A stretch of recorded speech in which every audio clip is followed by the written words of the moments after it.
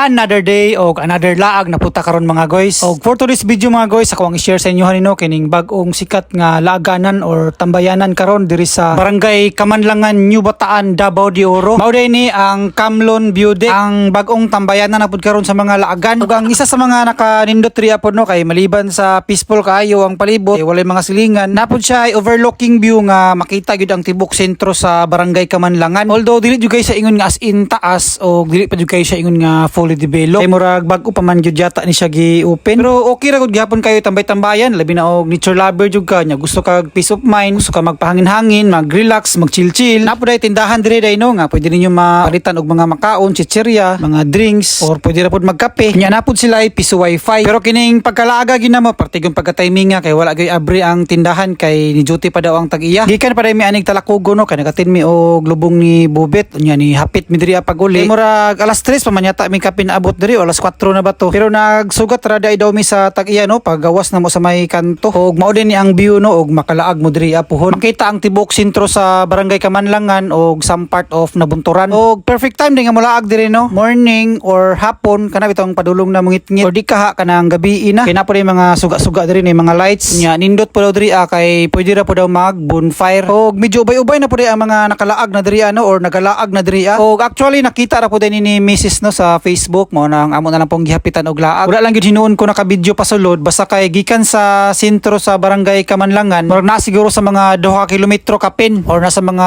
5 to 10 minutes siguro nga biyahe depende sa inyo ang pacing. Nya gikan pud sa highway padulong pa sulod diri simentado na puta ng karsada. Although naalan jud gamay kayo nga murag naputol nga dalan nga medyo na rough road siya pero chok sa gyapon kayo. Nya para dili gid mo masaag pwede ra pud kayo mo mangutana sa mga local or pwede ra pud ninyo sila i-search sa Google. Basta kay ang exact location ani is Purok 15 Stockpile Kamanlangan, New Bataan, Davao de Oro. Kunya guys, mangutana lang pud ko guys no. Ano ang tawag sa uban aning Kamanlangan is Kamlon man. Curious lang jud ko ba? May comment daw. Nya katora siguro. Daghan kayong salamat. Amping pirme o God bless.